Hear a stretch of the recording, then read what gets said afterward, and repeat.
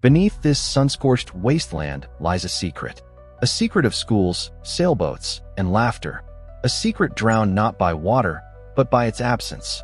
This is what remains when a lake dies, when rivers vanish, when communities are erased. But how does an entire ecosystem disappear?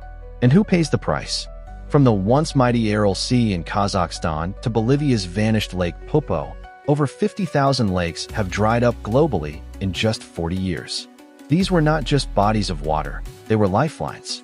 Fishing towns, farmland, homes. Now, they're ghost stories written in dust. But what happened? The answer is a slow-motion disaster. One part climate change, one part human ambition, and a world unprepared for the consequences.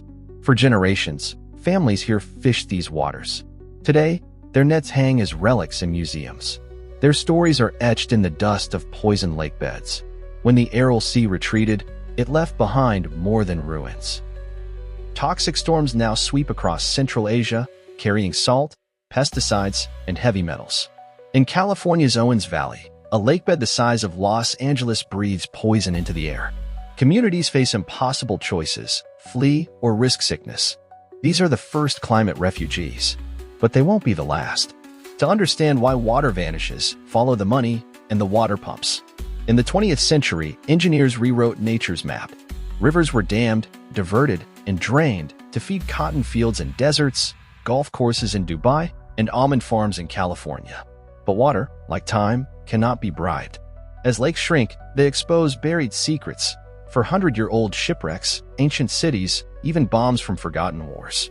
Archaeologists call these discoveries gifts of drought. But every artifact is a tombstone for a dying ecosystem.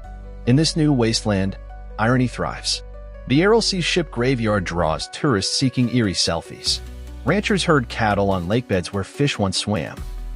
But the land fights back. Toxic dust storms, some stretching hundreds of miles, choke cities and farmlands. This isn't a rebirth. It's a warning. Yet in the shadow of loss, hope takes root. In Rajasthan, India, villages resurrect ancient rainwater wells. In Utah, activists race to save the Great Salt Lake before it becomes the next Aral Sea. Their battle is against policies, yes, but also apathy. If that lake dies, it'll take 2 million people down with it. From solar-powered farms to lawsuits granting rivers legal rights, the battle for water is as innovative as it is desperate. Because water isn't just a resource, it's a right. These ghost towns are mirrors. They reflect our past and our future. Will we see them as relics of failure or a catalyst for change? What will we lose next? The answer lies not in the dust, but in our hands.